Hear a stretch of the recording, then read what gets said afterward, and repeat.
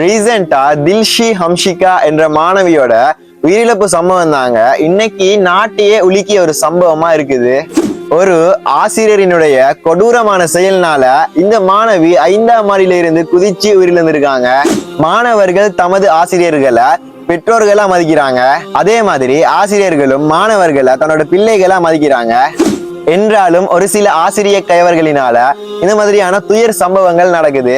ஆசிரியர் ஒருவர் அந்த மாணவியை பாலியல் சித்திரவதை செய்ததுனால அந்த மாணவி இந்த மாதிரியான ஒரு தவறான முடிவை எடுத்து உயிரிழந்திருக்காங்க.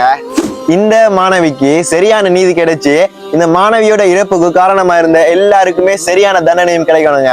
ஆனாலுமே இதுக்கெல்லாம் ஒரு நாளுமே தற்கொலை தீர்வாகாதுங்க. அந்த பெண்ணை அவங்க அப்பா அம்மா எவ்வளவு கஷ்டப்பட்டு வளர்த்திருப்பாங்க. அந்த மாணவியோட அந்த தவறான முடிவுனால இப்ப அவங்களுடைய பெற்றோர்கள் எவ்வளவு கஷ்டப்படுவாங்க. இந்த மாதிரியான ஆசிரிய கைவர்களுக்கு அந்த மாணவி கண்முன்னே தண்டனை வாங்கி கொடுத்து அவங்க முன்னாடி நல்லா வாழ்ந்தும் காடி இருக்கணுங்க. ஃபைனலா நான் இப்ப என்ன சொல்ல வரேன்னா, ஸ்டூடெண்ட்ஸ், உங்களுக்கு சில பிரச்சனைகள் இருக்கா? தயவு செஞ்சு அதை நீங்க மனசுல வச்சுக்காம ஓப்பனா போய் உங்க டீச்சர்ஸ் கிட்டயோ அல்லது உங்க பேரண்ட்ஸ் கிட்டயோ போய் சொல்லுங்க. அண்ட் டீச்சர்ஸ் அண்ட் பேரண்ட்ஸ் தயவு செஞ்சு அவங்களுடைய பிரச்சனைகளை இனம் கண்டு அவங்களுடைய பிரச்சனைகளுக்கான சொல்யூஷனையும் கொடுங்க. இதை நம்ம கரெக்டா பண்ணினால இந்த மாதிரியான நிறைய இன்சிடென்ட்டை தடுக்க முடியும்.